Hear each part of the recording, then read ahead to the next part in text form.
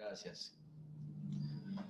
Buenas noches a todos y gracias por acompañarme para la presentación de esta charla que se refiere a la emisión conmemorativa de la fundación de la Universidad de Costa Rica del año 1941. Esta es una de las series que yo más aprecio y de la cual le he puesto mucho cariño. Y pues me da el placer de presentárselo a ustedes. La misma pues ha sido expuesta en varias shows a nivel costarricense y también de FIAF y de FIP. La última vez estuvo en Nueva York en 2016 y logró un Vermeil grande. La presentación, primero obviamente los agradecimientos de rigor a Alfonso Molina y a Henry Márquez por haber sido los creadores de este grupo tan bonito, tan ameno y tan lleno de filatelia en el grupo de mi oficina. Por supuesto también les agradezco a todos ustedes, los que me están escuchando, y a los que no pudieron asistir hoy, pues también el agradecimiento, y ojalá pudieran verlo cuando esté subido a YouTube. Y a mi hija Lucía, quien me ayudó en la parte técnica, montaje, con toda la tecnología que tienen los jóvenes. Entonces vamos a iniciar. Básicamente esto yo lo dividí en tres grandes grupos. Uno es la parte histórica, referente a la educación costarricense.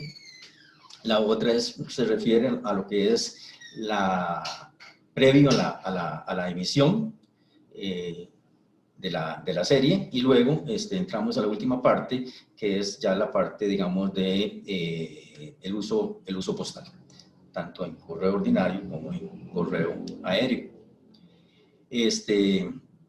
Vamos a realizar unas anotaciones históricas, porque pues esta emisión es muy importante para Costa Rica, porque conmemora el primer aniversario de la Universidad de Costa Rica. En realidad fue todo un hito educativo, histórico, cultural para el país. Entonces, yo quise investigar un poquito más hacia atrás para ver cómo era Latinoamérica y cómo llegamos nosotros en Costa Rica a lo que es la Universidad de Costa Rica. Entonces, es una reseña muy breve, puntual, y pues, ¿cómo se llama? Vamos a iniciar. En Latinoamérica, las universidades más antiguas se fundaron en Perú, México, Argentina, Chile y Guatemala. Y siendo la más antigua, la Universidad de San Marcos en Perú, la cual fue creada en mayo de 1551. Es y no es la más antigua reconocida. ¿Por qué?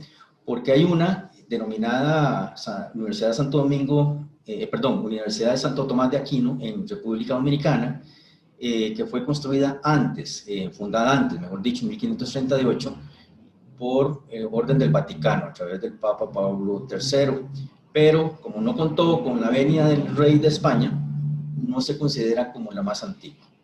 Es un asunto ya de política, ahí, que no es el caso ingresar. En Costa Rica, no es sino hasta el año 1843 que se funda la primera universidad, cuyo nombre fue la Universidad de Santo Tomás.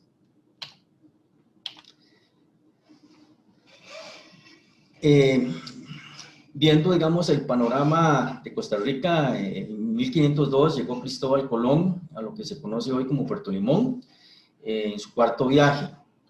Él, curiosamente, no se bajó de su barco, de su navío, porque estaba enfermo. Los indígenas llegaron al navío, donde le regalaron varias cosas. En fin, eso es para otra historia que tengo por ahí. En 1522, como referencia, la población costarricense era de 27.200 habitantes y principalmente eran indígenas. Había todavía muy poca inmigración española. En 1594 es fundada una escuelita por un cura, que eran los que regían en ese momento la educación, llamado Diego Aguilar. Y en ese momento la población era de 16.000 habitantes. Como pueden ver, disminuyó Y las razones son muy sencillas. Una, porque la dominación española, pues lamentablemente mató a muchos de los indígenas. Y la otra es que trajeron enfermedades y los indígenas no tenían los anticuerpos y morían muy rápidamente. Entonces, la población básicamente seguía dominando los indígenas con un poco ya de españoles. En el año 1605, otro cura, llamado Agustín de Ceballos, enseñaba en lengua huetar, que es la lengua indígena, el catecismo. Y la doctrina católica, obviamente, era el adoctrinamiento para que los indígenas se convirtieran al catolicismo y fueran considerados al menos amigos de la corona. Se enseñaba cosas muy básicas, como se podría esperar de ese año. En el año 1782, otro cura, en este caso el obispo Esteban Lorenzo de Tristán, quiso establecer una escuela de estudios superiores, pero dado el conservadurismo de la época y del poco, digamos, horizonte que tenían los pobladores, pues realmente no tuvo éxito en su objetivo. Ya la población había crecido a 33.000 habitantes. En el año 1814 se abre la casa de enseñanza de Santo Tomás por otro cura, Manuel Alvarado, y además era político, era síndico de la Municipalidad de San José. En ese entonces, pues los niños estudiaban los básicos, ¿verdad? Latín, gramática, filosofía, álgebra, historia, ciencias básicas, ¿cómo se llama? Educación.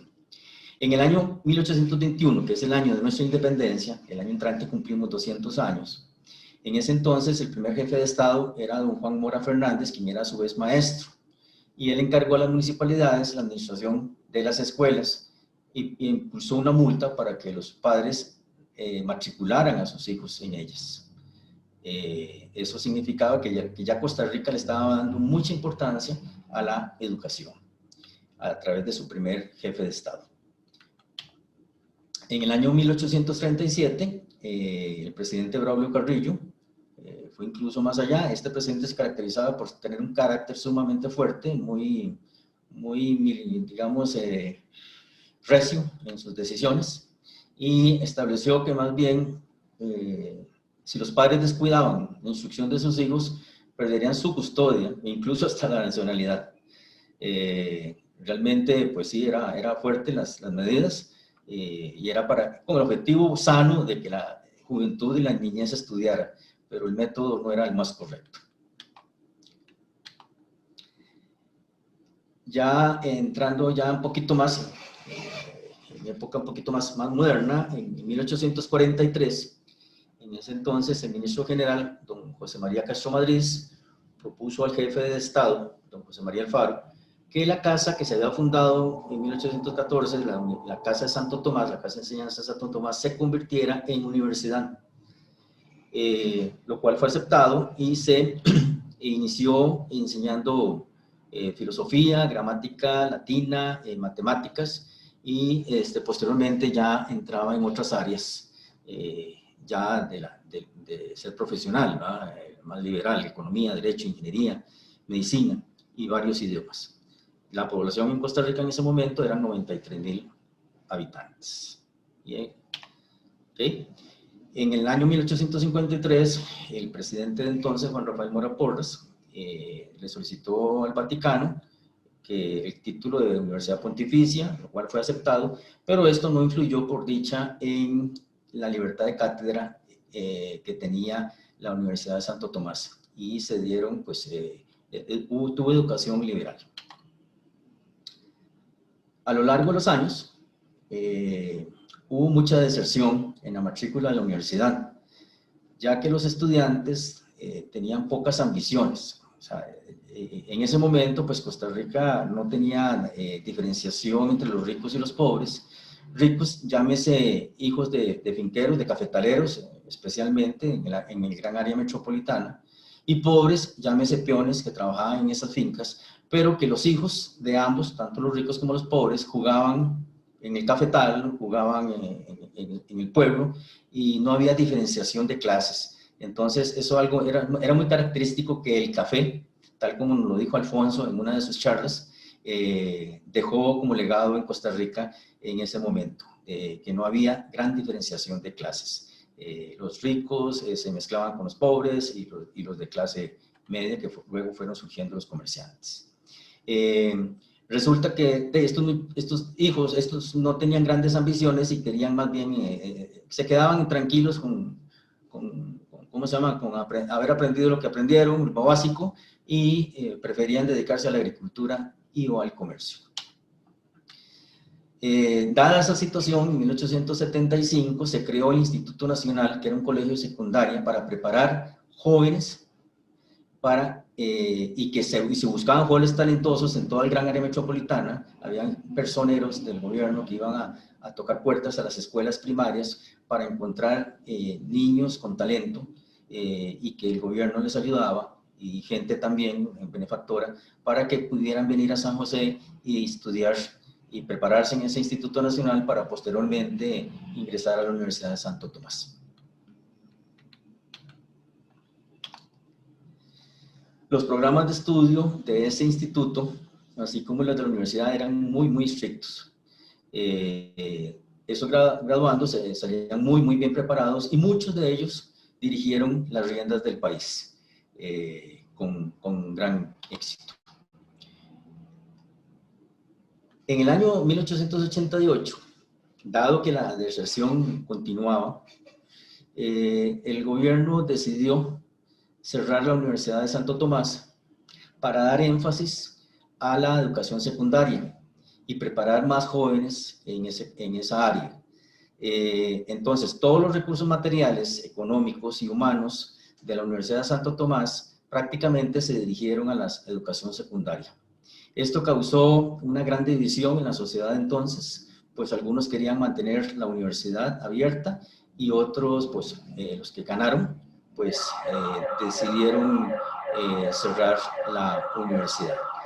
Esto fue pues en 1888, y curiosamente, pues el secretario de Estado en ese entonces, don Mauro Fernández, es un adalid de la educación, y ese fue el que cerró la Universidad de Santo Tomás. Como universidad, como instituto, como ente, dejó de funcionar, pero no así algunas facultades o escuelas.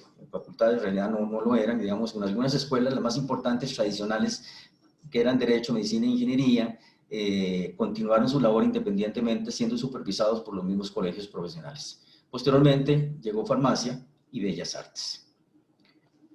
Ya en época más moderna, en el año 1940, en plena Segunda Guerra Mundial, y luego de muchas décadas de debates para crear la universidad, volverla a abrir, en ese entonces el licenciado Luis Demetrio Tinoco, que era secretario de gobierno, con el decidido apoyo del presidente Rafael Ángel Calderón Guardia, fundó la Universidad de Costa Rica. Como decía aquí al inicio, había un debate latente en abrir la universidad. Entonces ya la población, la sociedad civil quería tener una universidad. Entonces ya habían hecho contactos con catedráticos allende nuestras fronteras, y específicamente pues lograron el contacto con catedráticos chilenos, que menciono a Luis Galdames, Óscar Bustos y Arturo Rojas, quienes ayudaron a redactar los estatutos de la nueva Universidad de Costa Rica y para su funcionamiento. Eso fue un gran aporte de parte de ellos, con el decidido apoyo del gobierno entonces. Ok, entonces en 1941 la universidad abre sus puertas con 710 estudiantes, ya la población costarricense era de 700,000 personas. En ese mismo año, pues la institución escoge el estandarte que tenía la Universidad de Santo Tomás como estandarte de la Universidad de Costa Rica, y la bandera la utiliza también de la Universidad de Santo Tomás, que se utilizaba en 1842. O sea, son dos símbolos que fueron heredados de la Universidad de Santo Tomás y que aún hoy son vigentes. El girasol que se ve ahí en el símbolo significa en búsqueda de la luz. Entonces vemos el girasol, todos sabemos que gira en la dirección donde le da el sol. Entonces eso es lo que significa en búsqueda de la sabiduría. En el 2001, nuestra Asamblea Legislativa declara a la Universidad de Costa Rica como institución benemérita de la educación y la cultura de Costa Rica. ¿Okay? En el 2019, ya la universidad está muy bien establecida, tiene 41,000 estudiantes matriculados en todas las áreas del saber, tanto a nivel de licenciatura, maestría y doctorado. La población tica el año pasado eran alrededor de 5 millones de personas. En el 2020, o sea, este año, según el World University Rankings, en el presente año, la UCR, como le conocemos actualmente, ya no le decimos tan largo Universidad de Costa Rica, sino UCR, ocupa el lugar número 19 de 400 universidades a nivel latinoamericano. Y la semana pasada, el día 26, el día que yo expuse sobre Jesús Jiménez, cumplió 80 años de fundada la Universidad de Costa Rica y lamentablemente por el COVID, pues no se realizaron los actos que se tenían programados para celebrar tan magno fecha. Hoy en día existen 4 universidades estatales y más de 50 centros privados de estudios superiores, siendo la Universidad de Costa Rica la número 1 en cuanto a cantidad de estudiantes, facultades, infraestructura, investigación y, publicaciones, tecnología, y realmente es la que marca la pauta en Costa Rica, habiendo también 2 importantes, que es el Instituto Tecnológico de Costa Rica, que es muy dado a la ingeniería, y también la Universidad Nacional. También está la UNED, que es una institución que da educación a distancia, y ahí es donde nuestros amigos César y don Luis tienen mucha experiencia y conocimiento sobre ello. También cumple una gran función. Ok, ahora sí, vamos a entrar un poquito, dejamos la historia y vamos a entrar un poquito a la historia de la serie. Para Costa Rica era un magno evento realmente el tener la Universidad de Costa Rica ya funcionando. Entonces, en el año 1940, ya firmado el decreto de fundación, en ese entonces el secretario de Hacienda, Carlos Manuel Escalante, manifiesta a uno de los principales diarios del país de ese momento que con el objeto de conmemorar debidamente el interés cultural del país en lo que se refiere a la restauración de la universidad, se ordenará una impresión de sellos postales conmemorativos. Él dice que constará de 5 estampillas en 5 clases y valores.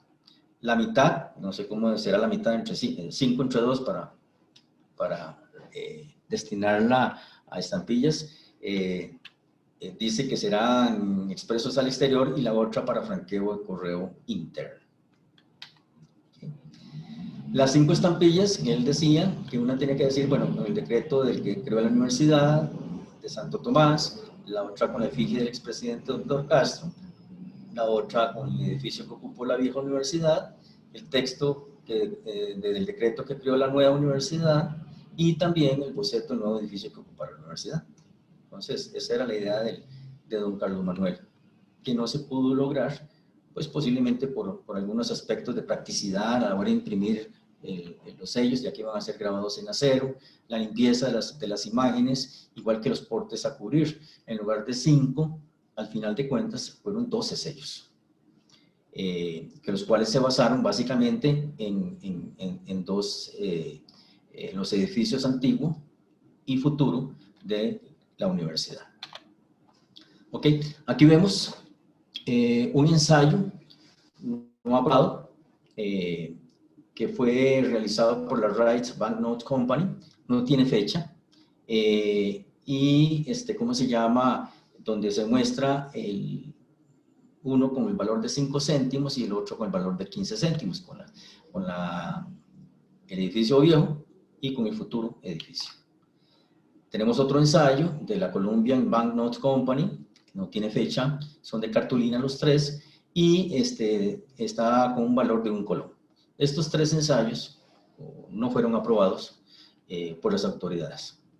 Estas son piezas que también son únicas reportadas y luego Mauricio nos podrá decir cómo consiguió la D. ¿Ok? En esta serie, más que errores de impresión, de perforación, de colores, etcétera, como la tuvimos con la emisión de Jesús Jiménez, esta serie, más que todo, hay errores históricos. Increíblemente, se dieron. La viñeta que indica Universidad de Costa Rica, fundada en mayo de 1843, siendo presidente de la República José María Alfaro y ministro de Instrucción el doctor José María Castro. Resulta que en 1843 no existe el cargo de presidente de la República, ya que Costa Rica era un estado de la Federación Centroamericana. Por tanto, don José María Alfaro era jefe provisorio de Estado y no presidente. Un error histórico. En algún momento en una de las charlas se mencionaron ese tipo de errores.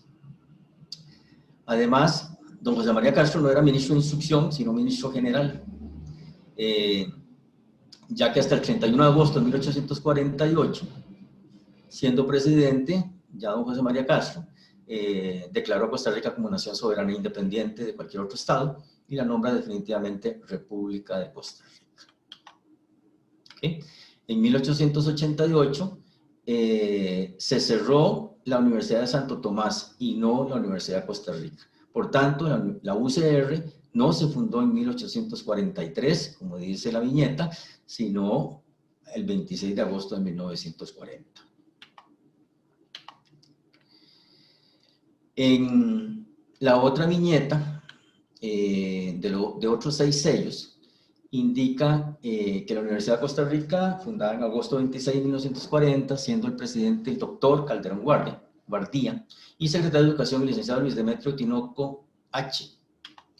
Ok, resulta que no pusieron el nombre completo del presidente, ya que popularmente se le conoció como el doctor. Entonces, las autoridades decidieron no ponerle su nombre, que era Rafael Ángel, sino que lo determinaron como doctor Calderón Guardía. El apellido lo tildaron erróneamente, no es Guardía, sino que es Guardia. Eso es otro error ahí de la edición.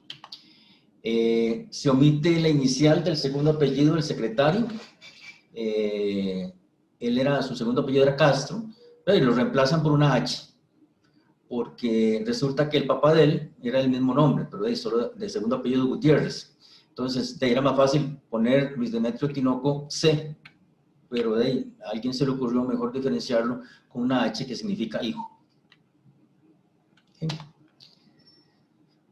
Ok, se escogió al American Banknote Company para realizar la producción de la serie, y para eso se dio la orden el 3 de diciembre de 1940 para realizar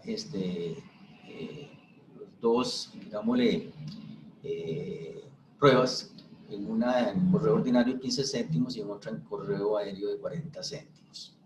Dieron instrucciones cómo iban a estar redactadas las viñetas de la descripción de la fundación, de la universidad, y ¿cómo se llama?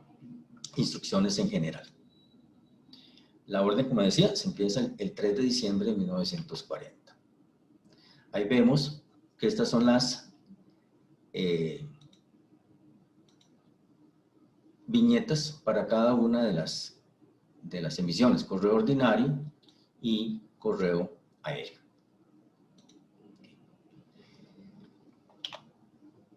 Vemos también aquí, con fecha de diciembre 4, que se recibe la orden, ¿va?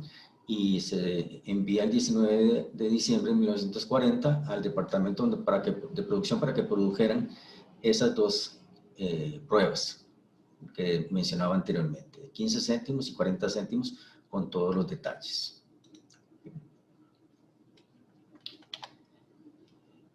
Aquí vemos una información interesante. Esto es en papel prácticamente grueso, no es cartulina, es papel grueso, donde se indican las características de dimensiones que debía tener la plancha, el papel, las estampillas, los valores en correo ordinario, los valores en correo aéreo. Entonces aquí decía, ¿cómo se llama? Las características que debía tener. Esto fue aprobado en las dimensiones el 16 de enero de 1941.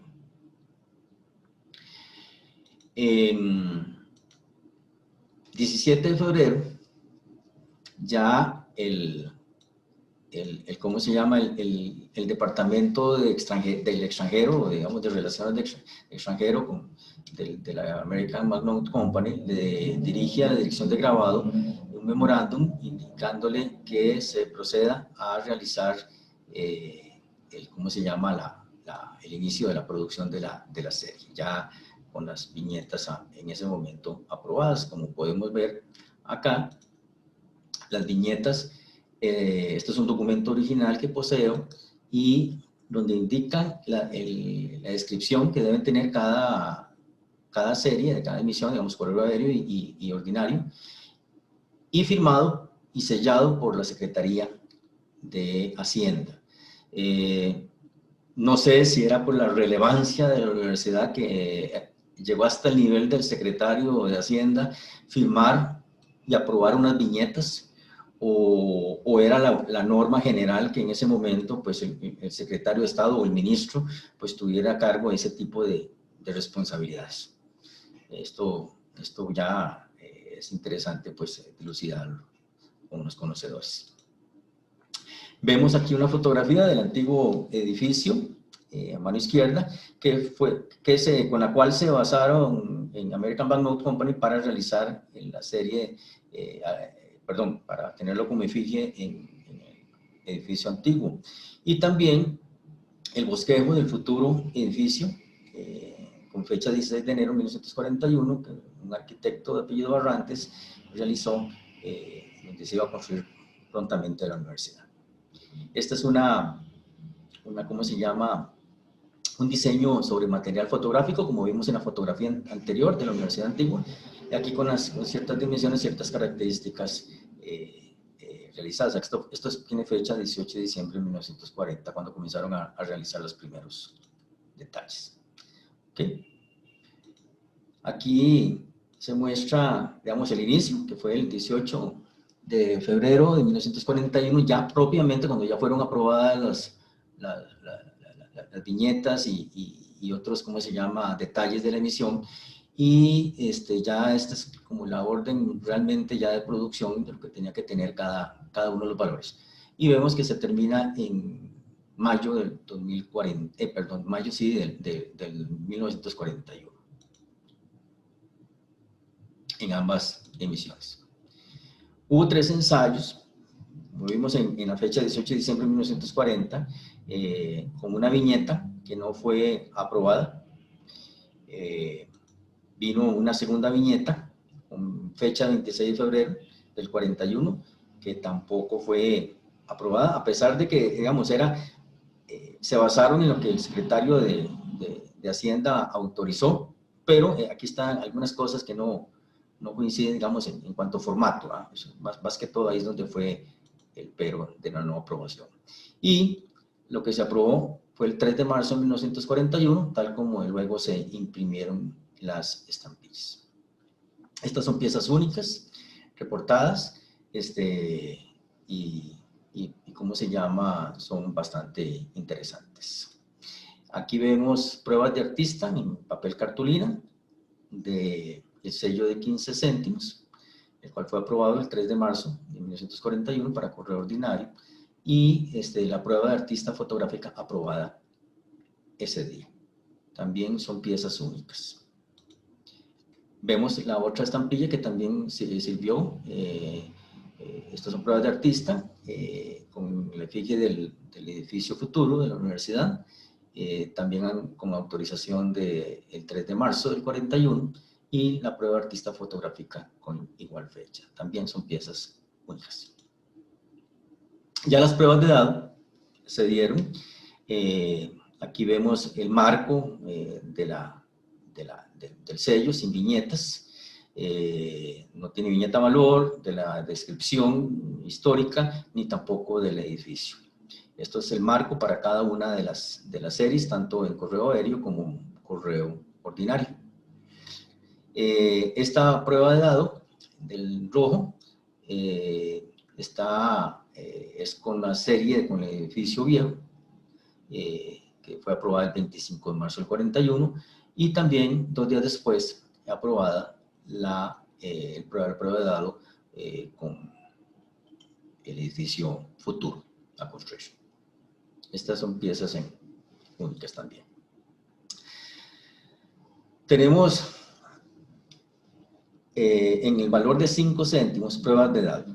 Aquí tenemos una para aprobación y autorizada el 28 de marzo del 41, perdón, para aprobación el 28 de marzo del 41, aprobada, como vemos en el segundo cuadro, el 31 de marzo, la prueba de dado. Y luego se dio ya la prueba de dado final en el dado maestro en un color verde azulado. Estas son piezas también únicas, y quiero hacer aquí la salvedad de que tengo para cada uno de las 12 valores de la serie este material. Entonces, sería muy largo presentar para cada uno de los valores este mismo material, alargaría el tiempo y realmente pues no estaría aportando gran cosa para efectos objetivos de esta charla, aunque sí lo he expuesto en mi colección, perdón, lo he expuesto valga la redundancia, en las exposiciones para mostrar el material completo de la serie.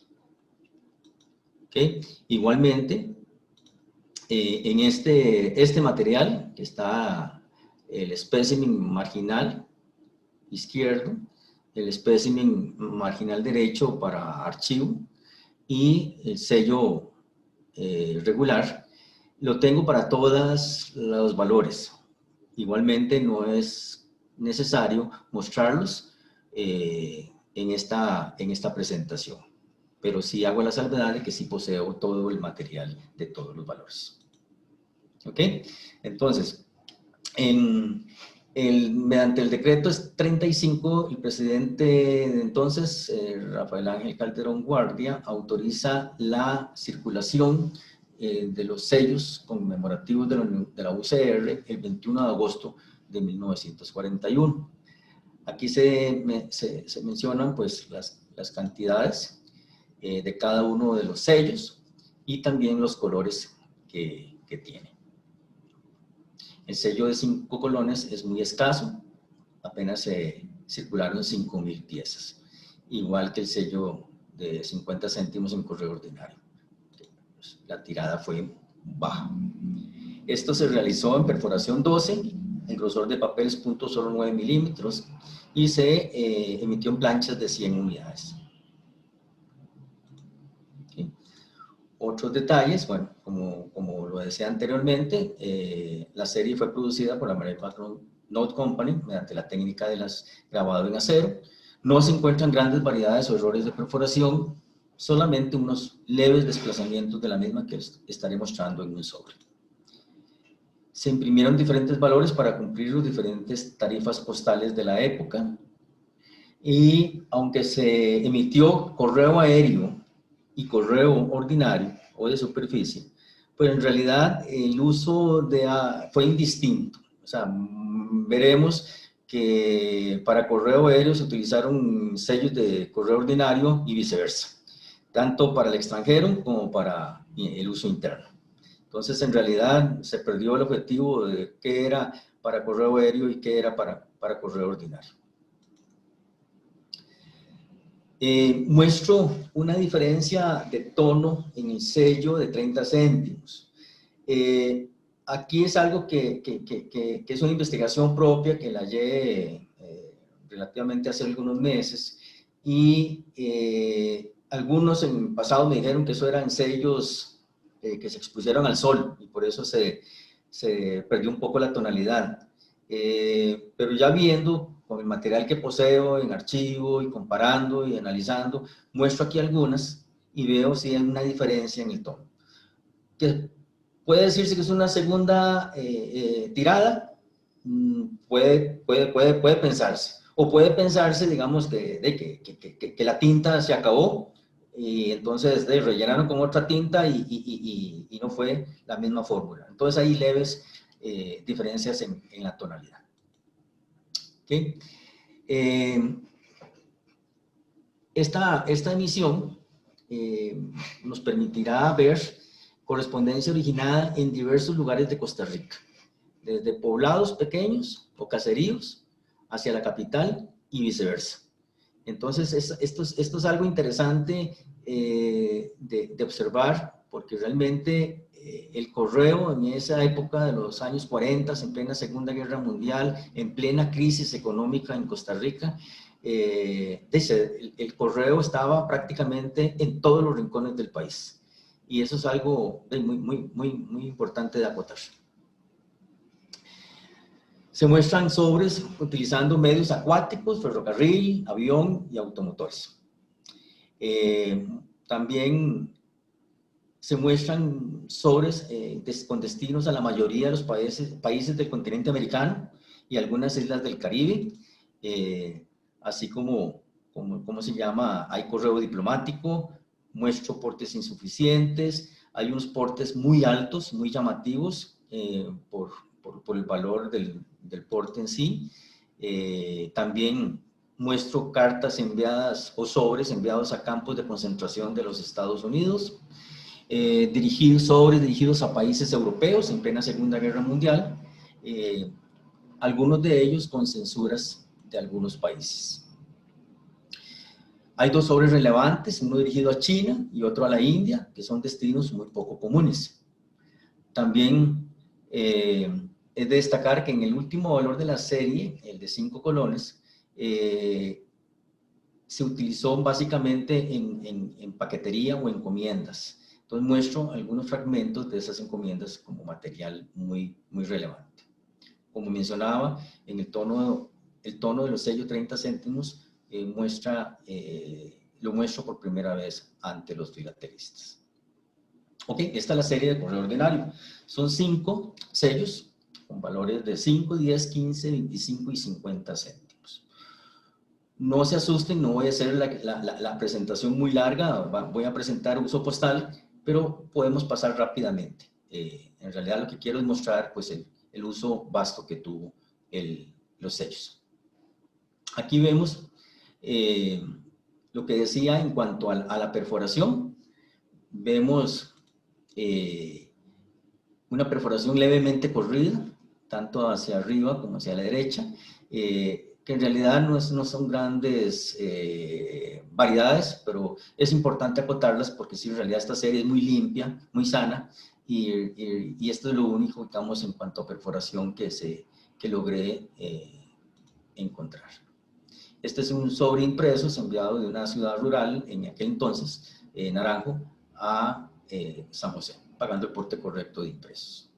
Este es un sobre interesante, que es pagando el porte correcto de correo dentro de los límites de la ciudad, de 10 céntimos, y la particularidad aquí es interesante porque el remitente como el destinatario son dos beneméritos de la patria.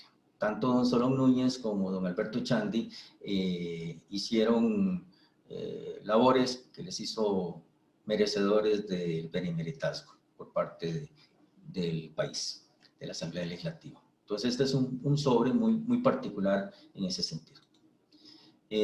Tenemos este otro sobre originado en un pueblito de las Juntas de Avangares, en el norte de Costa Rica, con una población en ese entonces de poco más de 3.300 habitantes, lo cual pues es bastante interesante, y así lo mostraré en muchos otros sobres de la escasa población que había, pero sí había una oficina postal ahí. Este sobre es un sobre comercial enviado a Canadá. Erróneamente lo enviaron, lo tasaron por correo ordinario y más bien lo enviaron por correo a él, pero pagó el porte ordinario. Eso es un error del empleado postal, y además hay un sello que lo liberaron, o no lo liberaron, sino que indica que pasó por la censura, pero no le pusieron ninguna etiqueta. Este es un sobre postal con anuncio comercial, un sobre postal del año 1930, un código que se indica, N17, y pues muestra el uso postal en correo ferroviario. En San José Turrialba se utilizaba el ferrocarril. Este es otro sobre utilizado transportado mediante el ferrocarril a un caserío prácticamente de menos de 300 habitantes, que se llama 28 millas, y pagó porte doble. Esto se utilizó el ferrocarril, y es un sobre muy, muy, muy interesante también por todos los destinos que tiene. ¿Okay? Este es un sobre postal que fue enviado de Estados Unidos, y pues ahí tiene instrucciones por parte del remitente que lo firmara y lo devolviera, y así fue hecho por parte del destinatario, y le puso sellos costarricenses pagando la tarifa correcta hacia los Estados Unidos, y ¿cómo se llama? Y así fue enviado. Este es el sobre a China.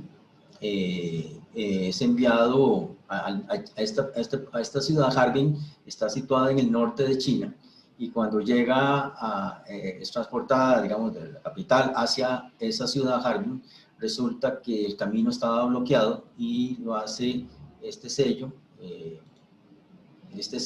le pusieron en China, indica que por el camino estar bloqueado, entonces se devuelve al remitente la carta. En realidad la carta llegó a China. Aquí vemos cómo se llama el matasellos de China. Entonces es un sobre circulado. Se desprendió un sello que mis cálculos indican que debe ser de 2.35 colones para cumplir la tarifa. Lamentablemente se desprendió. Vemos que sí, aquí está el matasello, y no continúa. Entonces aquí había un sello.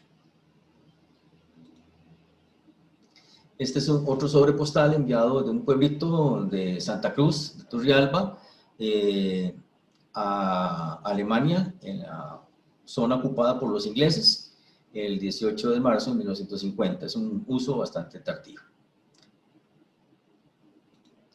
Ok, ahora vamos al sello de 10 céntimos, y vemos acá un sobre también utilizando el ferrocarril, enviado de Peralta. Es un poblado de tanto más de 2.600 habitantes, a Turrialba. Aquí vemos una T que fue pues estampada por el empleado de correos, porque no cumplía la tarifa, que era de 15 céntimos, que nos pagó 10 céntimos. Entonces le tasaron, le estamparon la T, pero este sobre no fue multado. En realidad se les olvidó aplicar la multa. Aquí tenemos otro sobre con un origen y un destino interesantes para nosotros en Costa Rica en esa época, porque son dos poblaciones pequeñas. Vemos ahí el tamaño de la población, y esto, pues, ¿cómo se llama? Son oficinas postales poco comunes. Fue utilizado el ferrocarril para enviar este sobre a su destino, con tránsito que se indica en Cartago y en Heredia. Ya posteriormente de Heredia a Santo Domingo fue enviado por otro medio. También utilizando el ferrocarril, es un sobre enviado a Matina, es otro poblado con pequeña población, pagando el porte básico. Aquí hay otro enviado de un pobladito, mire, de 1.244 habitantes, se llama El Cairo, a Turrialba. Pagó el porte básico, y más bien se pagaron 5 céntimos de más. Este es un sobre multado en destino. Es un sobre muy, muy interesante, porque vemos que se aplicó por parte del cartero o del correo el sello de multa. ¿Por qué? Porque el remitente utilizó dos timbres fiscales para el porte, lo cual está prohibido. Tenía que ser sellos postales. Entonces le aplicaron una multa con el doble del valor del porte que tenía que pagar originalmente. Entonces pagó 30 céntimos con 3 sellos de 10 céntimos, tal como se aprecia acá. Es un sobre bastante interesante. Aquí tenemos otro sobre también de un poblado en aquel momento pequeño, en 1900 un tanto más de habitantes, se llama Filadelfia, y pagó también 10 céntimos en lugar de 15 y no tiene sellos, no tiene estampado de la multa ni obviamente se le cobró. Este es un sello enviado a Bogotá, Colombia, donde muestra un sello de correo ordinario, que es el de 10 céntimos, utilizado en correo aéreo al extranjero. Este es un sobre utilizando el correo diplomático o la franquicia diplomática, enviado por la Embajada de Estados Unidos en San José, a Nueva York, y pagó el porte correspondiente menos 15 céntimos que tenía derecho de exención los diplomáticos. Este es otro sobre dirigido a Chile, a Santiago de Chile, al Ministerio del Interior, dirigido por la Embajada de Chile en San José. Aquí pagó también el porte doble con la exención de los 15 céntimos que tenían derecho los diplomáticos. Este es un fragmento de un sobre. Vemos que lo multan porque se utilizó un sobre bisectado, lo cual está prohibido por las autoridades postales. Este sobre lamentablemente fue cortado y queda como fragmento, entonces no visualizamos qué tanta multa le aplicaron al mismo.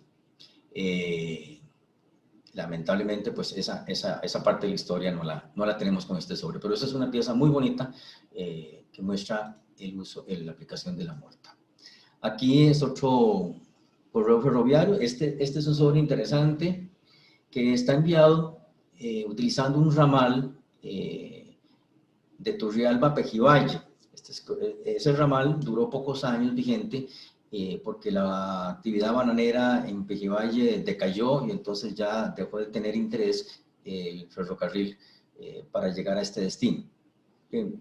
Aquí vemos que el documento fue enviado según el correo de Pejivalle el 1 de septiembre de 1939, lo cual no está correcto, porque lo correcto es septiembre de 1941. Entonces, este sello debe haber dicho 1 de septiembre de 1941, pero erróneamente lo dejaron en 1939. No sé si había poco movimiento postal ahí en esa zona o fue un error del empleado.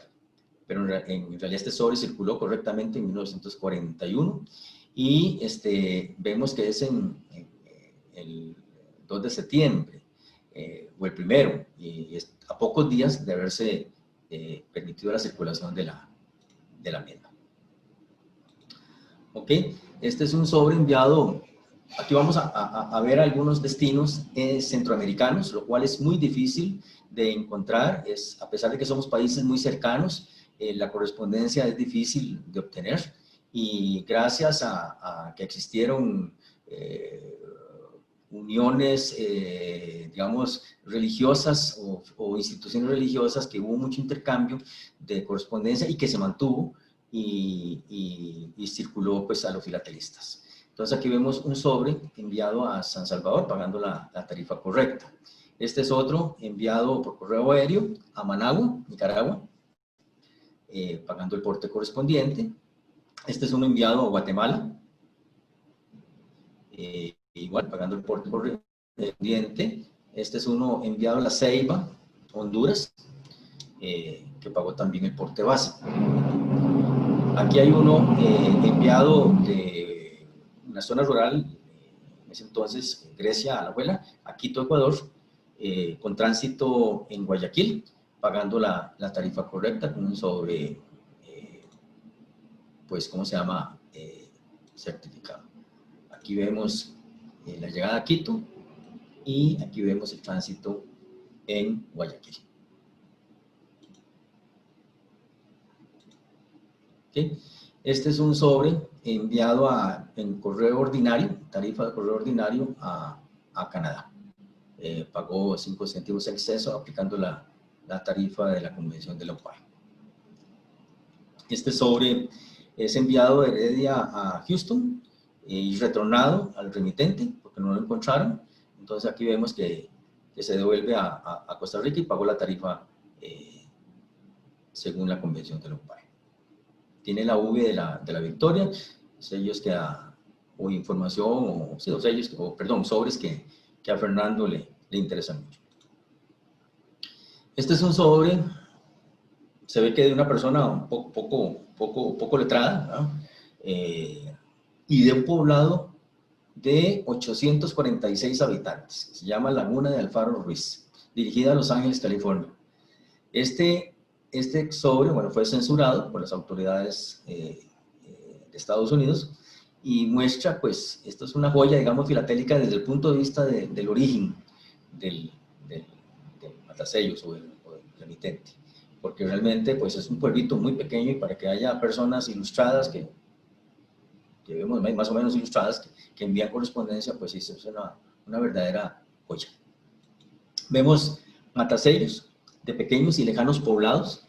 Dejo un momento la imagen porque no voy a leer cada uno de los poblados que hay ahí, tal vez algunos que son muy interesantes, como por ejemplo este de Barra del Colorado. Esta Barra del Colorado era un verdadero poblado, eso es tal vez un caserío en ese momento, lo sigue siendo en pleno siglo XXI. Esto es en la zona norte-este del país, casi limitando con Nicaragua. En realidad, imagínense en los años 40, ahí se llegaba solo con lancha. No había otro medio, en lancha a Limón y Limón a San José en ferrocarril. Hay otro Jicaral en Punta Arenas, es otro pueblito, son pueblitos pequeños, Tempate, este es en la zona sur, limítrofe con Panamá, por el Caribe, denominado Sexaola. Como vemos, hay matasellos interesantes que mostrar. Vemos otros matasellos. Ambulante, que estos son muy escasos, de Cent, y de otros pueblos ferrocarrileros del Pacífico, del otro lado hacia el Pacífico, digamos que está Caldera y está Salinas. Hay este otro matasello de Puerto Humo, es un puerto fluvial. Está en el Golfo de Nicoya, en el río Tempisque, y en realidad se utilizó lancha para trasladar la correspondencia a Punta Arenas y luego a San José y así ser distribuida a otros destinos. Y este es un bonito bloque de 5 sellos matasellados en ese poblado. ¿Okay? Vamos a ver el sello de 15 céntimos en su uso. Y aquí tenemos otro sobre interesante desde un poblado de 300 habitantes, se llama Carrizal, a La Juela, pagando el porte correcto. Este otro es también un sobre extraordinario por el origen que tiene. Esto vemos acá, de que el matasellos dice Oficina Telegráfica de Santa Elena. Esto en realidad es un bonito matasellos, un bonito origen, y máxime que es un poblado en aquel momento que no tenía más de 200 habitantes. Entonces imagínense el valor filatélico que tiene esto. Este es un sobre enviado a Santiago de Chile, aplicando la tarifa de correo ordinario y tiene tránsito en Valparaíso. ¿Okay? Aquí tenemos otro sobre enviado de un poblado bananero del lado del Pacífico. En ese momento había un auge, un boom bananero por parte de la United Fruit Company y se crearon pues poblados al lado del ferrocarril, y este es uno de ellos, Parrita. En ese momento, con una población realmente escasa. Aquí tenemos un sobre también interesante, que es un ambulante de Línea Vieja a San José, pagando el porte básico. Otro sobre ferroviario de San José a Milla 28, con un poblado de menos de 300 habitantes, pagando el porte básico. Este es otro sobre, utilizando correo ferroviario, está enviado de Indiana a Limón, es un pequeño poblado de menos de 300 habitantes, a San José.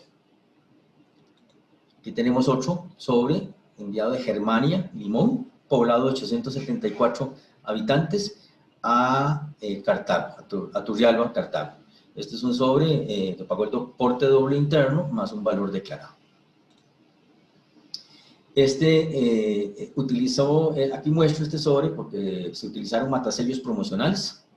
Aquí vemos que indica el matasellos que Costa Rica le dará paz y descanso. Suena bonito, pero también no bonito, ¿eh? Como que parece como que si fuera un cementerio, ¿eh? el hecho de que le dará paz y descanso, pero en realidad lo que se trata es que Costa Rica era muy tranquila para poder vivir, y lo sigue siendo. Este es otro sobre, con otro matasellos, que dice 320 tazas por kilo de café de Costa Rica. Si se tiene ese rendimiento, bueno, el tamaño de la taza debe ser mini miquetas para poder cumplir esa cantidad, porque 320 tazas por un kilo de café, bueno, realmente no sé cómo lo pudieron hacer, pero eso era un sello promocional, un sobre dirigido a Canadá. Este es un sobre dirigido a Quito, Ecuador también, donde paga la tarifa básica y se utiliza, se va en correo aéreo utilizando sellos de correo ordinario. Este sobre tiene un origen también muy ¿cómo se llama? Llamativo, porque es de una pequeña población, de las montañas de Santa María de Dota, y dirigido a Suiza. Pagó el porte básico en correo ordinario, y fue censurado, aparentemente está por la censura inglesa.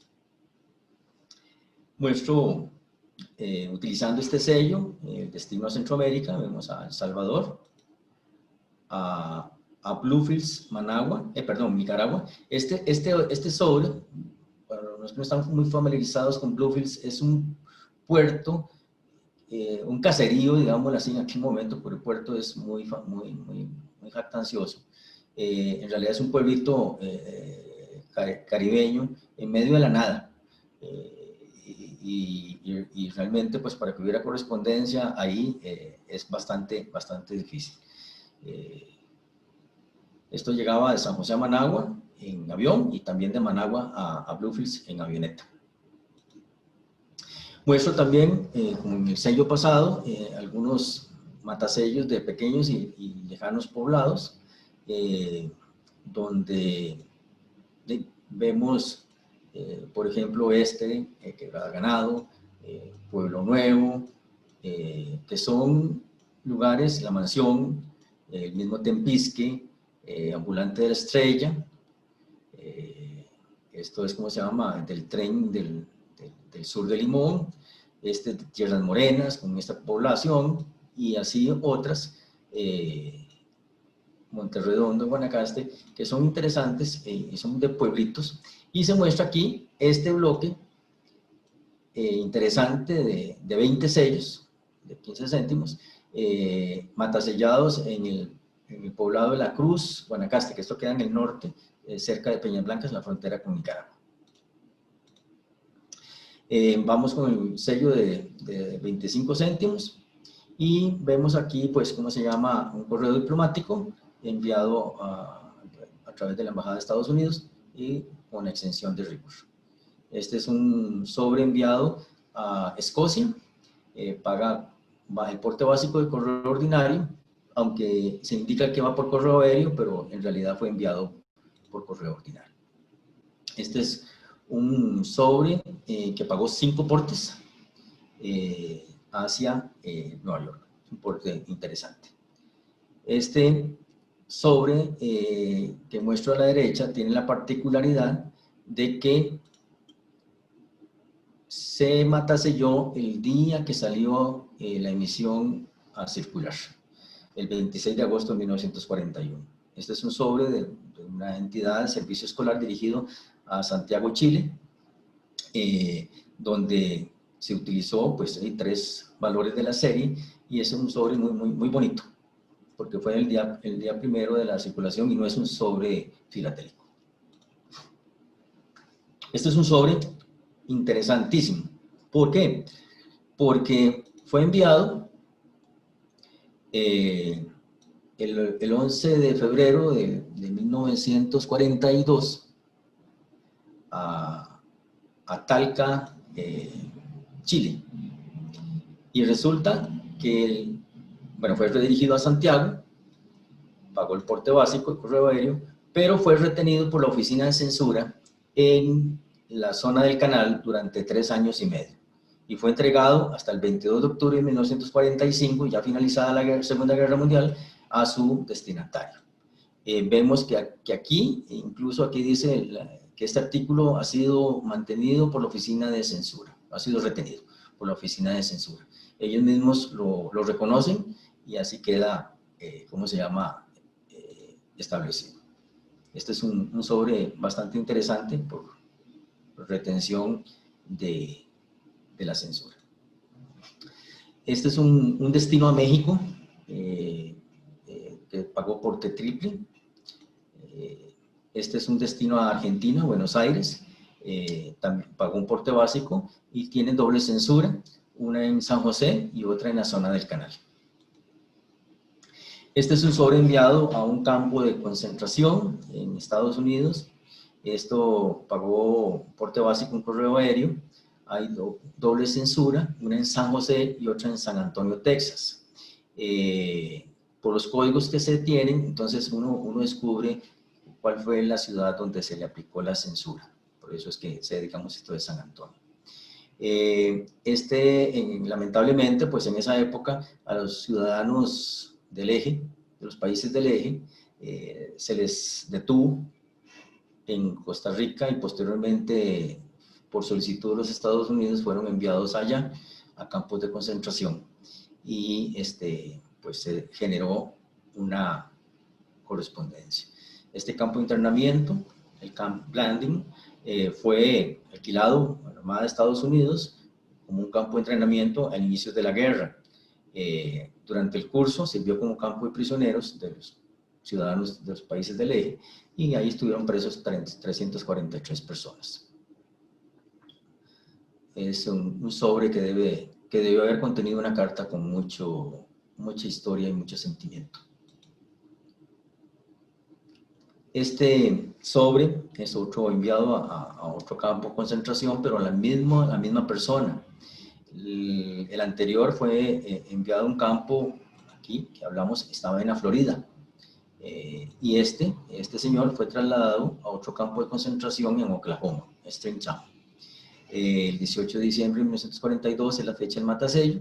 Aquí pagó porte doble, tiene la censura y también indica censura costarricense que se le aplicó. ¿Cómo se llama?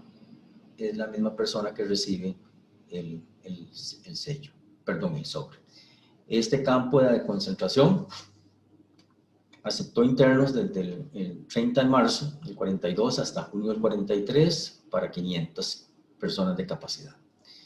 Este prisionero de origen alemán, de nombre George Hirschbaum, perdóneme el acento, no sé hablar alemán, fue trasladado de la Florida a Oklahoma.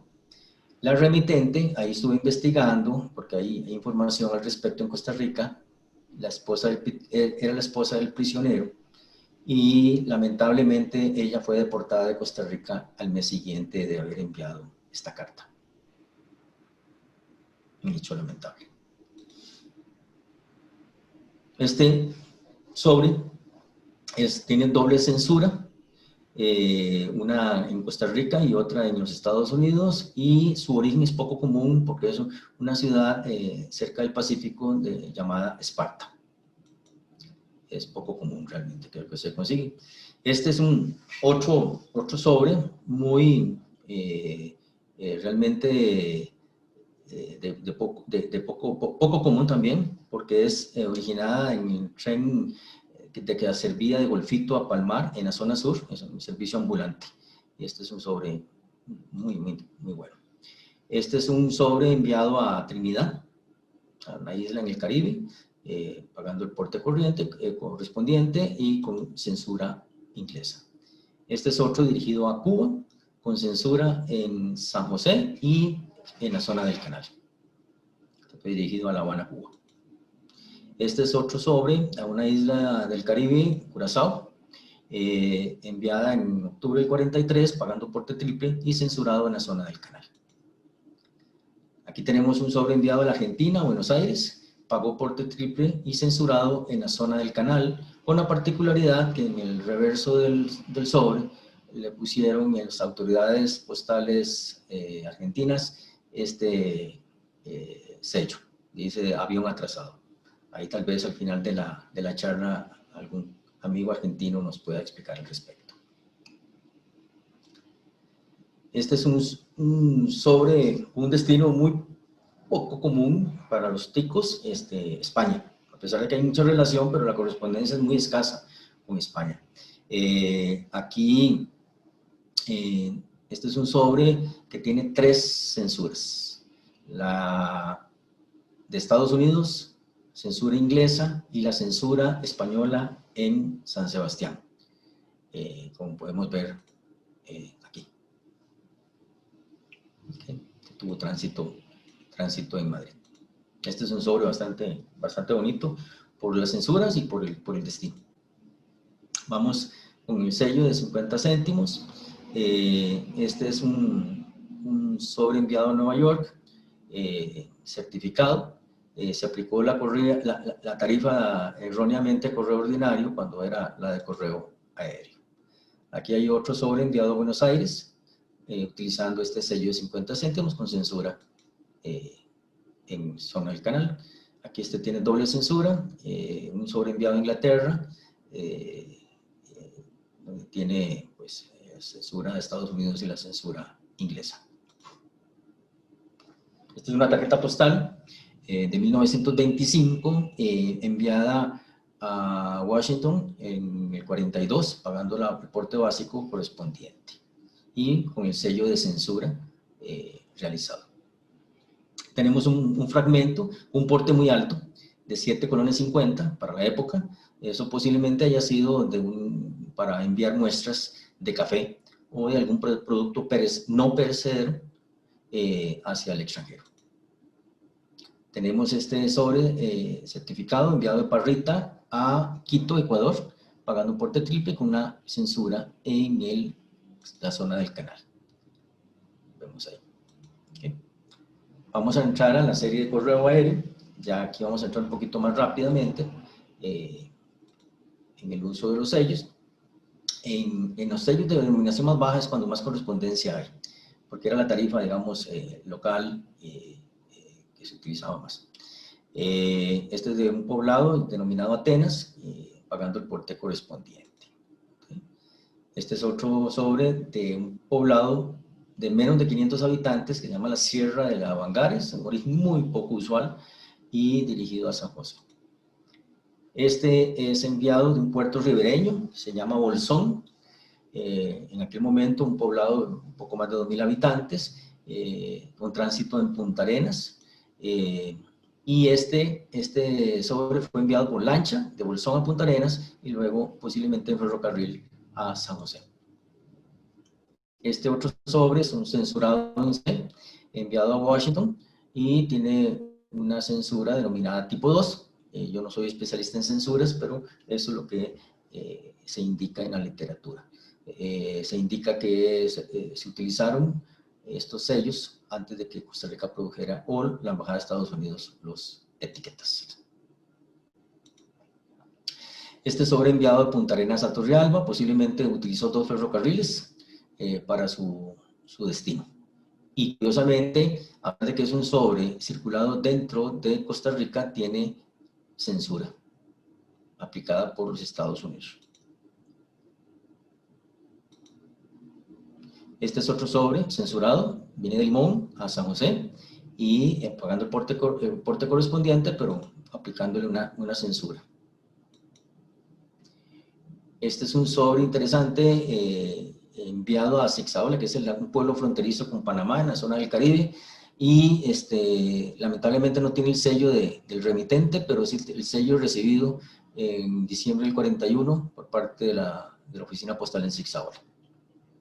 Este sobre enviado de Alajuela a San José, pagando el porte correcto, la particularidad que tiene es que se mataselló como si fuera un sobre oficial, cuando el remitente es una empresa privada, una hacienda. Entonces, erróneamente el empleado de la oficina postal lo mataselló con el sello oficial. Aquí tenemos otros ¿cómo se llama? Matasellos promocionales. Aquí un homenaje a la Cruz Roja, derecho. Y tenemos otros sobres utilizando el servicio ferroviario, enviado desde un poblado, llama Parismina, de menos de 700 habitantes. Este es otro sobre de Guapiles a Turrialba, que son pueblos ferroviarios, y certificado y lacrado. Eso es algo también un sobre muy interesante. Este sobre es ferroviario también, enviado de otro poblado, Cent, a Quito, en Ecuador.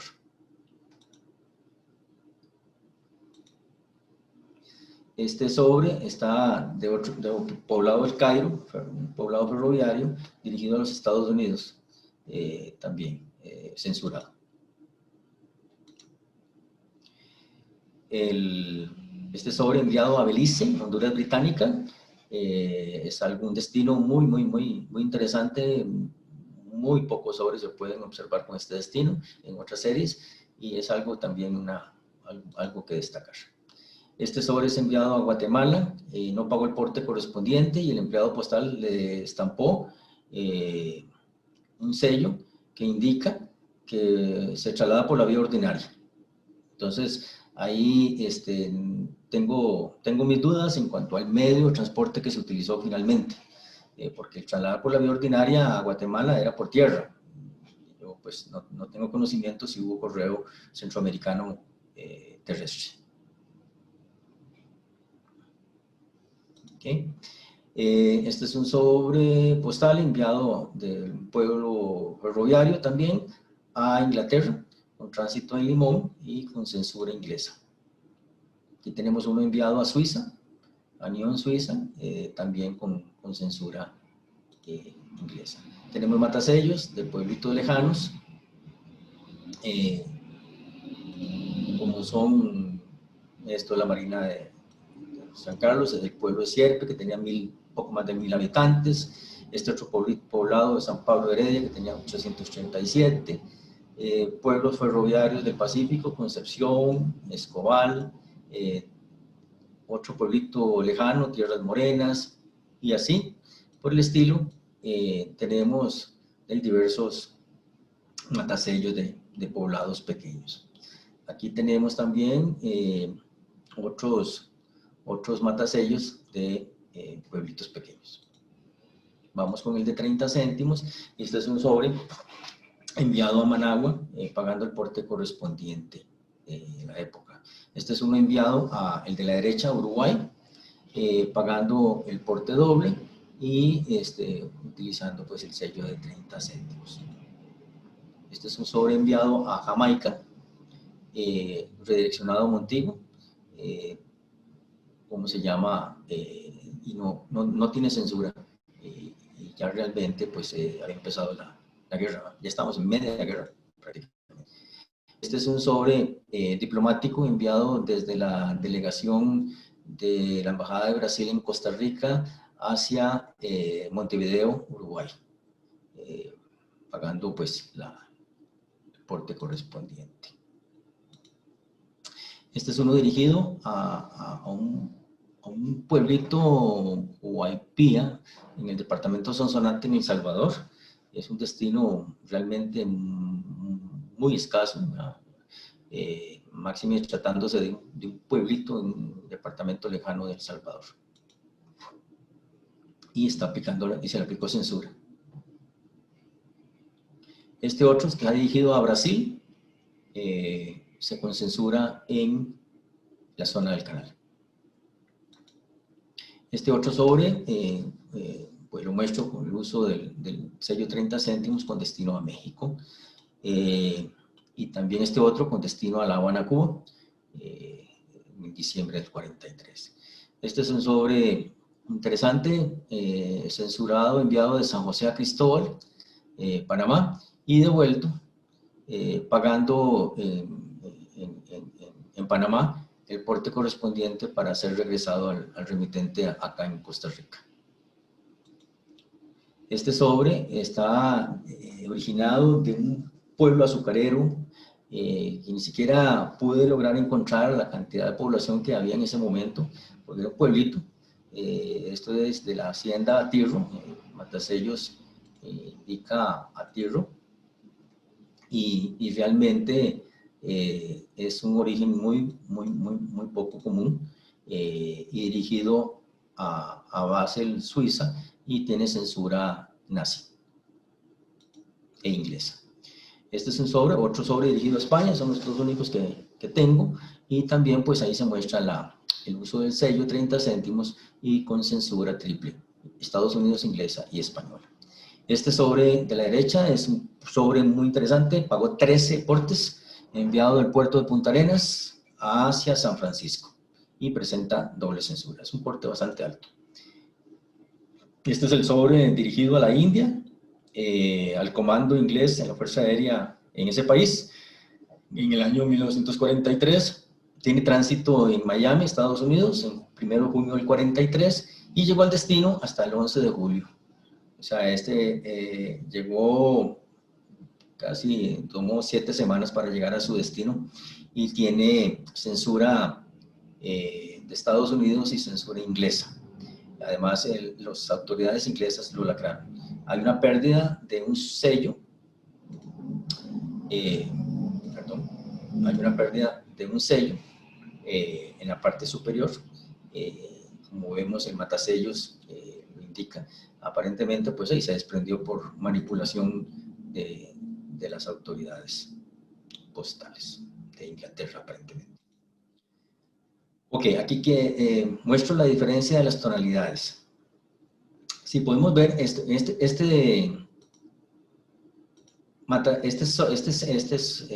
sello tiene un color claro. Este es el primer sobre que mostré con dirección a Managua. Vemos que es un tono más claro que estos dos, o que este. Vemos aquí, si uno dijera que este sello está solo en un sobre, uno puede decir, bueno, pues a efectos de la luz del sol se destiñó. Incluso estos dos que se destiñeron están juntos. Pero en realidad, si hago la comparación, por ejemplo, en este mismo sobre, vemos los matasellos, que es el mismo, o sea, no están puestos posteriormente, sino que son originales, y vemos este sello a la derecha más claro que el sello a la izquierda. Esto demuestra que hay una diferencia de tonalidad y que algo pasó en la impresión. Y aquí lo vuelvo a demostrar, porque en este trío de sellos, que son más claros que el que está contiguo. Aquí, este es más oscuro, vemos que es un más intenso, y este es más claro. Entonces, yo puedo concluir de que en realidad no es efecto del sol, porque aquí todo se hubiera desteñido en este sobre y en este otro sobre también. Entonces, puedo concluir que realmente hubo una situación particular en la impresión. Entonces, no digo que haya doble impresión, pero sí hay una situación con la máquina de la tinta. ¿Okay? Vamos a entrar rápidamente ahora al sello 40 céntimos. Unos destinos a Guatemala, destinos a México, Monterrey, del amigo Jaime. Vemos a otro campo de concentración en Oklahoma, aplicándole doble censura. Tenemos otro sobre enviado a Honduras, a La Ceiba. Tenemos uno enviado a Inglaterra, liberado de la censura, y este paga 10 portes, es un sobre interesante. Y tenemos este otro, pagó 12 portes, dirigido a San Francisco y fue censurado. ¿Okay?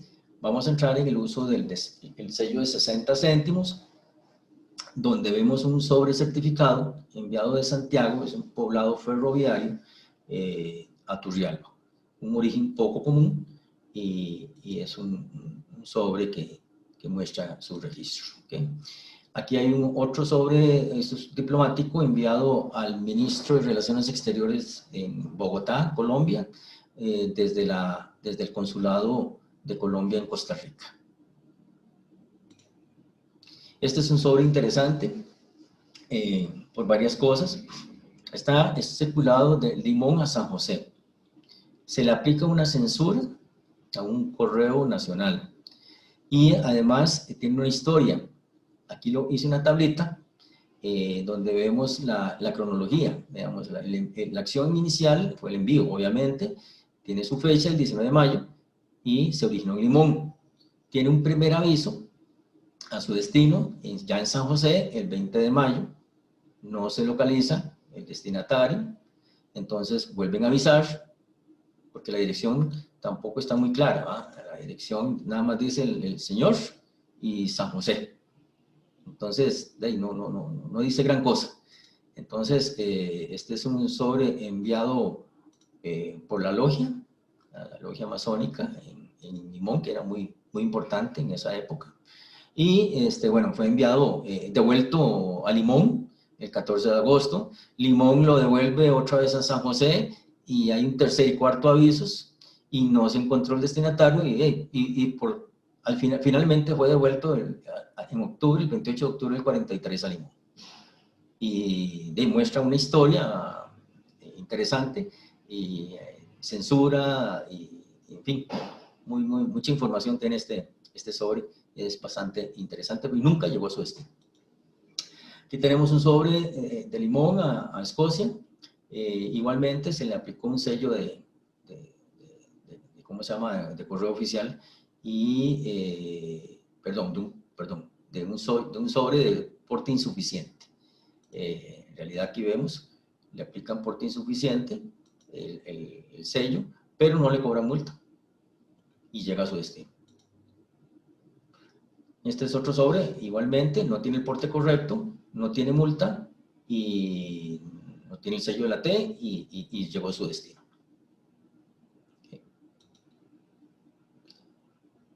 Aparentemente lo marcaron, pero no lo multaron.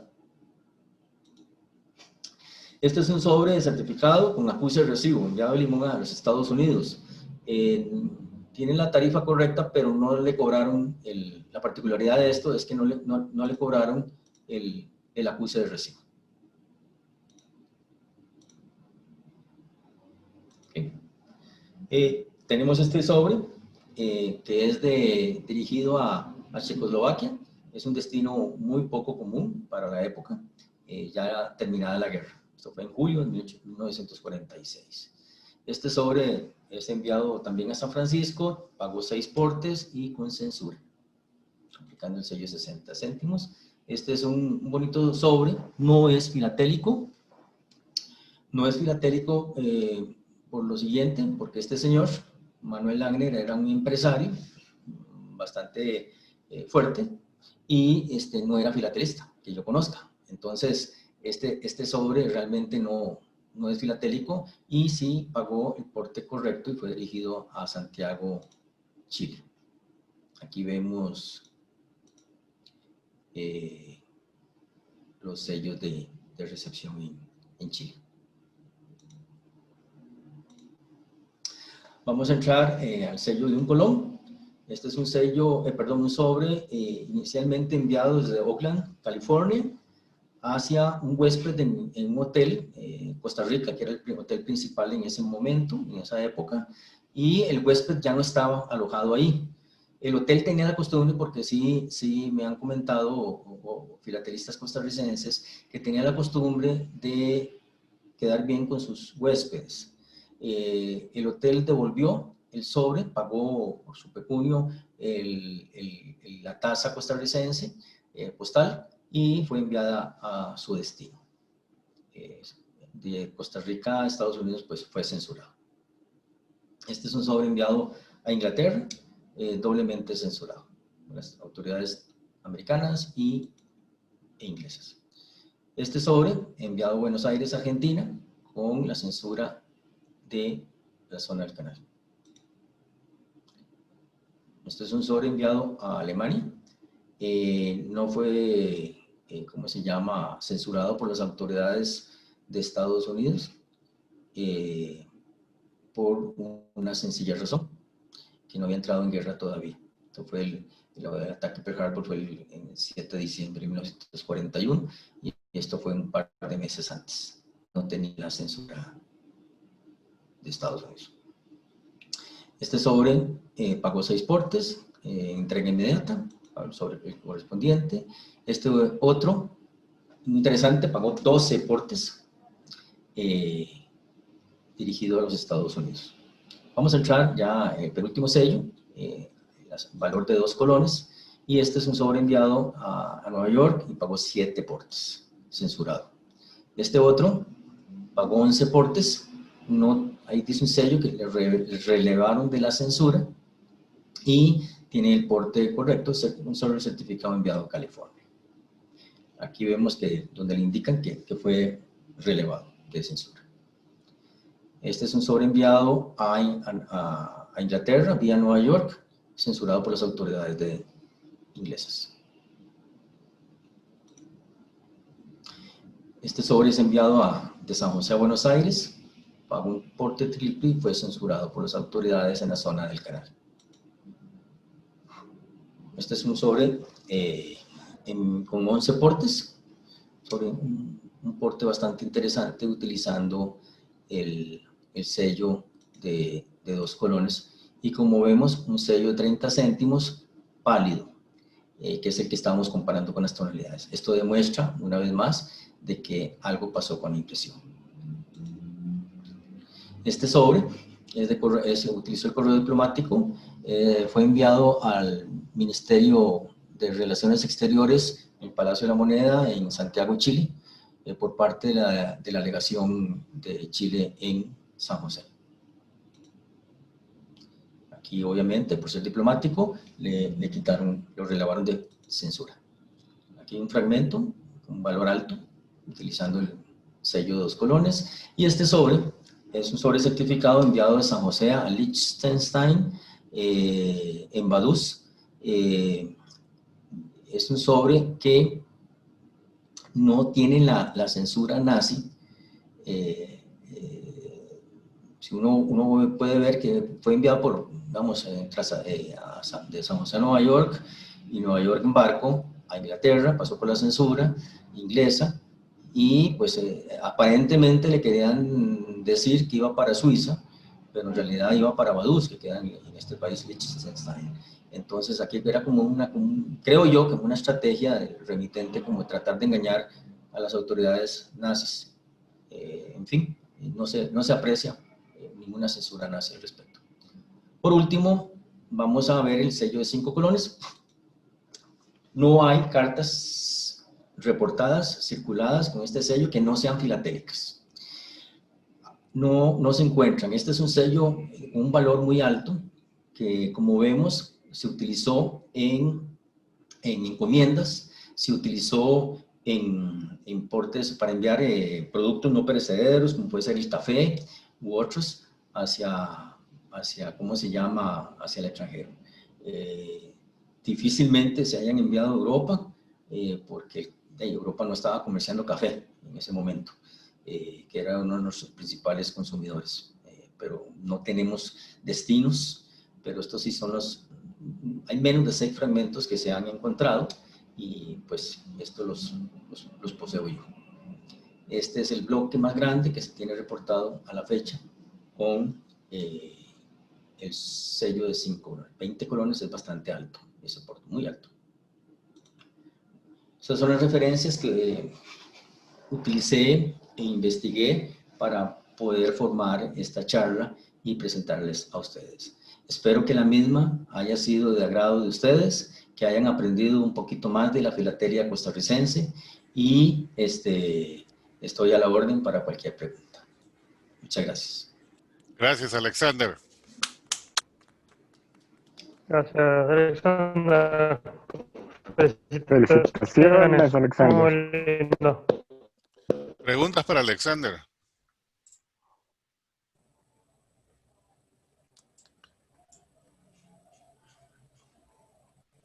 Mauricio.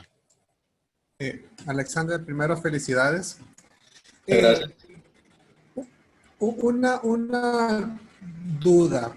Cuando nos mostraste casi al principio la orden a la American Bank, yo creo, bueno, no sé si lo leí muy rápido, pero me da a entender que el texto que está en la orden de producción no es exactamente el mismo que está en las estampillas.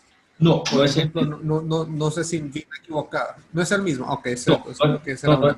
no es el mismo. Entonces, si no era ese, ¿a quién se tomó la atribución de hacer el cambio? Esa sería la primera pregunta. Ok, inicialmente fue enviado con un texto, hicieron las pruebas, como vimos hubo 3 ensayos, las viñetas, y me imagino que hubo intercambio con las autoridades postales costarricenses, y ahí autorizaron el tercer ensayo, que fue el definitivo en cuanto al formato. En cuanto al fondo, era lo mismo, pero no así el formato. Ah, ya, esa era una. La otra, nos mostraste una carta con la estampilla de 5 centavos y luego una de 15 enviadas a Canadá. ¿Puedes poner de nuevo la de 5, la que está censurada? La de 5, un minuto, por favor. Sí. ¿Ah? Aquí. Perdón. Sí. Aquí. Perdón. Es que a mí me come un poquito la tecnología, ¿me disculpa? Ok. Tengo dos pantallas, entonces se me complica la cosa. Ya la comparto.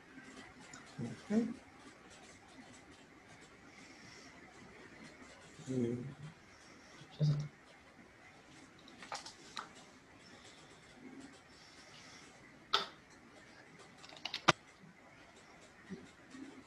Perdón. Es 5 céntimos.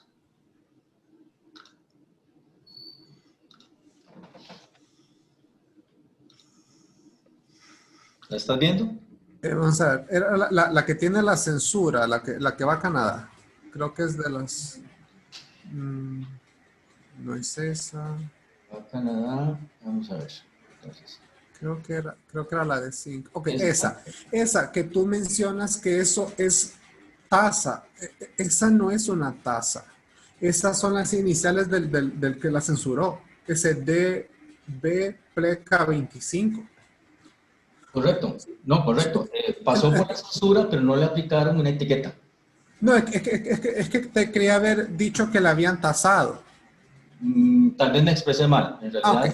pasó por un sensor, pero no le aplicaron la etiqueta. Ok, esa era la consulta. Muy interesante toda la historia de esta estampilla, Alexander. Ok, ahora dime cómo conseguiste la imagen de la No, prueba. esas son canales confidenciales. Ok.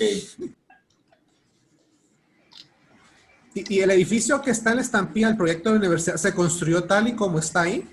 Es correcto, se construyó 4 años después y duró aproximadamente de 12 a 15 años, y luego la universidad fue trasladada de la sede actual en San Pedro de Montes de Oca a una finca muy grande, donde están construyendo ya todas las facultades, etcétera, y el edificio anterior fue únicamente y es donde actualmente están los tribunales de justicia. La Corte Suprema de Justicia está ahí. Ah, ya. Muchas gracias. Alex, 2 cositas. Mauricio Sí, consiguió esa foto de la revista Costa Rica Filatélica, por supuesto. Ah, qué bueno, está bastante informado. Leemos. Qué bueno. La otra es que el edificio duró más bien como 20 años, Hasta que fue demolido. hasta que fue demolido. Correcto, correcto. Y solo quedó el Paraninfo, ¿no? No quedó nada. Lo que No, sí, quedó es un tanque de agua en una esquina. estamos hablando del edificio, entre comillas, nuevo. No el viejo todo fue demolido, ¿no?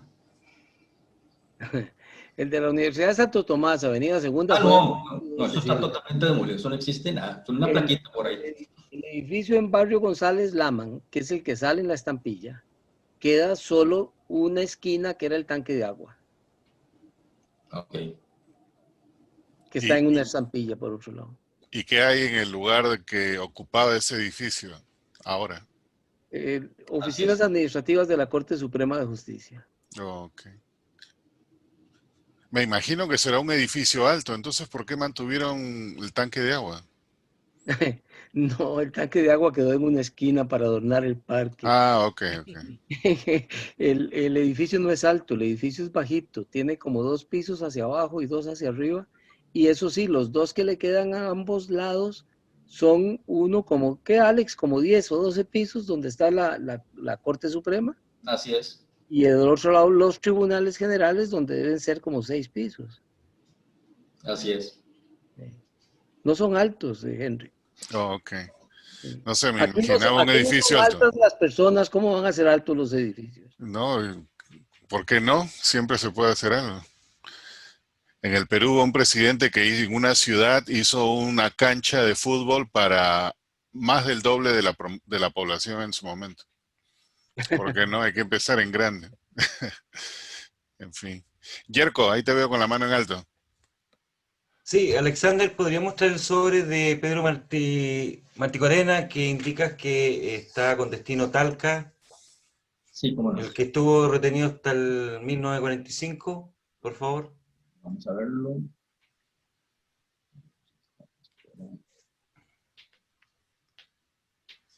¿Sería retenido porque puede haber sido material filatélico lo que está enviando?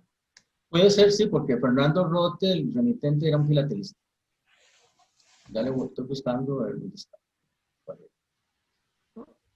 Y aquí está. No creo que la hayan retenido por eso. Es raro. Haber Bueno, sido por otra cosa, algo que tenía escrito dentro. Pedro Marticorena era un destacado comerciante chileno de sellos y era un miembro más de la Sociedad Filatélica en la comisión de expertos. Era un muy conocido acá en Chile. E incluso el hijo de Pedro Marticorena es actualmente socio de la sociedad. Es un personaje. ¿Pueden ver el sobre? Sí. Ok. Fernando Rote fue un filatelista. Fue un Claro. filatelista y envió, pues, obviamente, posiblemente material filatélico ahí dentro de ese sobre. Incluso este sobre él le puso la palabra certificado, pero en realidad este sobre no tiene el porte de certificado. Tal vez trató de engañar a las Es un autoridades sobre. locales. Como filatelista que era, comerciante, pues utilizó algunos subterfugios. Y don Pedro también. Bien, entonces eran todos, Gracias, Cristian. se juntaron el hambre con las ganas de comer. Sí, sí, sí. Y otra cosa que te quería comentar, Alexander, bueno, felicitarte por tu charla, excelente material, es que hay mucha correspondencia a Chile Sí, y no debe ser casualidad. Justo en esos años, hasta el año 43, Álvaro Bonilla Lara dirigía la revista, digamos. Es decir, y ya había mucho contacto entre Chile y Costa Rica. claro, claro. Y como lo decía al inicio, hay 3 catedráticos chilenos tuvieron gran influencia en los estatutos de la Universidad de Costa Rica. O sea, había mucho intercambio, mucha cercanía entre Chile y Costa Rica.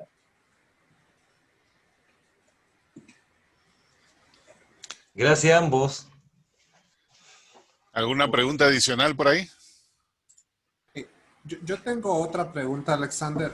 Es un poquito fuera del tema, pero me llamó la atención que mencionaras que habían, bueno, varias cartas de correo aéreo local, teniendo en cuenta también el tamaño extensión geográfica de Costa Rica. ¿Qué tan grande era el Servicio Aéreo Nacional y qué compañías eran? ¿Esto era hecho por TACA o era por otras? Ok, estaba la compañía TACA a principios de los 40 y posteriormente a finales de los 40 se entró la compañía LAX, que era la que hacía el servicio en el lado del Pacífico, más que todo a los puertos bananeros, a las ciudades bananeras como Parrí, Quepos, Golfito, Palmar, y del lado del Atlántico iba a Limón y a Zixabola. Eso, pues, Costa Rica es pequeño, pero retrocedamos al momento de los años 40, donde no habían grandes vías de comunicación, entonces los aviones ejercieron mucha influencia en el transporte, al igual que el ferrocarril, tanto el Pacífico como el Atlántico. Como lo mostré, la cantidad de poblados pequeñitos a lo largo de la línea que sirvieron para generar correspondencia. Muchos de ellos fue por funcionarios de la compañía bananera que estaban desarrollando fincas, tenían correspondencia con su familia en los Estados Unidos. Y además nació el comercio. Ya vinieron comerciantes en Turrialba, que es en Siquirres, Guapi y otros pueblitos que crecieron mucho al lado de las compañías bananeras. Entonces hubo mucho comercio, por eso se ve mucha correspondencia con ciertos comercios. Ya, gracias. ¿Te gustó? Julio. Hola, amigo, buenas noches. Te voy a compartir una que te falta a ti. ¿De Perú? Ahí está. De Costa Rica. La compro. Sí, me falta Perú, Paraguay y Bolivia. A ver. Muy bonita. Ahí está. Muy bonita. Usted dice. Según Enrique Villalcamen, es la fecha más temprana de censura usada en Costa Rica. El 4 de marzo del 42. Por eso la tengo yo, porque hago yo censuras. Ok, esa es la fecha más temprana. Ok. Voy a anotarlo y analizo y cualquier cosa te lo envío por correo privado. Ok, amigo. Una información que tenga. Okay. ¿La censura es costarricense? Sí. ¿Y qué otro país centroamericano puso censura? Porque en esa... Honduras. Bueno, ya lo sabrás pronto. Honduras, Nicaragua, Cuba. entonces, ok. No, unos cuantos. No. Después, Propias, sí, bueno, propias unos cuantos. Sí. Hay bastantes. México, ya, también. Interesante, yo pensé que ninguno había puesto. Bueno, No, aparte sí. de 2 o 3 que conocía. Ahí veo otra mano en alto. Carlos Rivera. ¿Estás en mute? Estás en mute, exacto. Tienes que salir. Ahí está. Una pregunta, el sobre de 15 centavos aéreo que venía a Guatemala, el que tenía 2 y dijiste que faltaba un, ese tiene una marca de cartero, esa fue puesta en un buzón o algo así, ¿no? No, eso no fue puesto en buzón, eso fue puesta, el sello, digamos, que entra, es enviado por correo ordinario, es por una autoridad postal aquí en San José. No, pero tiene una que dice cartero número 6, creo que decía. ¿Una Guatemala? No, sí, una Guatemala, el de 15 centavos aéreo, que tenía 2 sellos. Vamos a ver. 15 centavos aéreo. A Guatemala. Vamos a ver. Alex va a tener que pagarle doble sueldo a la secretaria hoy. No de malas ideas. No de malas ideas. Aquí no lo pueden ver. Aquí vamos a ver. Ya lo hay. Es que Mercedes-Benz para la hija mañana. Ay, Dios mío, me sale mi caro. Ok, ¿ese es este sobre? Sí, ese, cabal. ¿El de la derecha? Sí, el de la derecha, que dice cartero número 6, San José, Costa Rica. Es el que estoy mostrando. Sí, el matasello que está abajo a la derecha. Sí, cartero, sí, número 6. Eso, no sé, don Luis, si me puede ayudar en ese sentido. ¿Qué significa el cartero número 6? Es un sobre devuelto. Parece. ¿Devuelto por quién? ¿Cuándo fue puesta esa carta? No, es la original? misma fecha, 12 de agosto. Ah, la ¿Es la No, misma. misma fecha? no fue devuelto. No, Es no la fue misma devuelto, es la fecha. misma fecha. Es la misma fecha. Alexander, de ese tienes el reverso para poder, bueno, para después ver si cuándo llegó a Guatemala, para saber si en efecto lo mandaron por vía ordinaria o... Te lo quedo debiendo, Mauricio. Con todo gusto, te lo envío mañana. Que sería interesante ver si en efecto fue enviado por vía ordinaria. Ok. Esta es la lámina 84. Okay. Yo te lo envío mañana. Gracias. Una consulta adicional respecto a la censura, y de repente Fernando Prato sabe esto. ¿La letra esa B con el Morse también existió o se usó en Latinoamérica? Sí. Sí.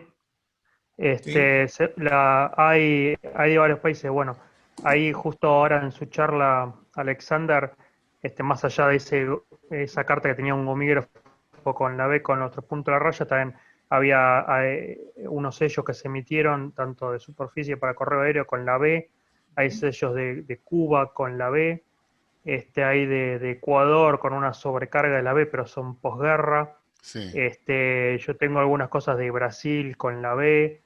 No todos tienen los 3 puntos de la raya, pero la B aparece, digamos, consistentemente. Tengo cosas de Argentina. He visto también de Perú. Y sí. de Honduras también. Latinoamérica tengo bastante. ¿Qué más tengo? De En Honduras, Nicaragua de también hemos visto Colombia, ahora.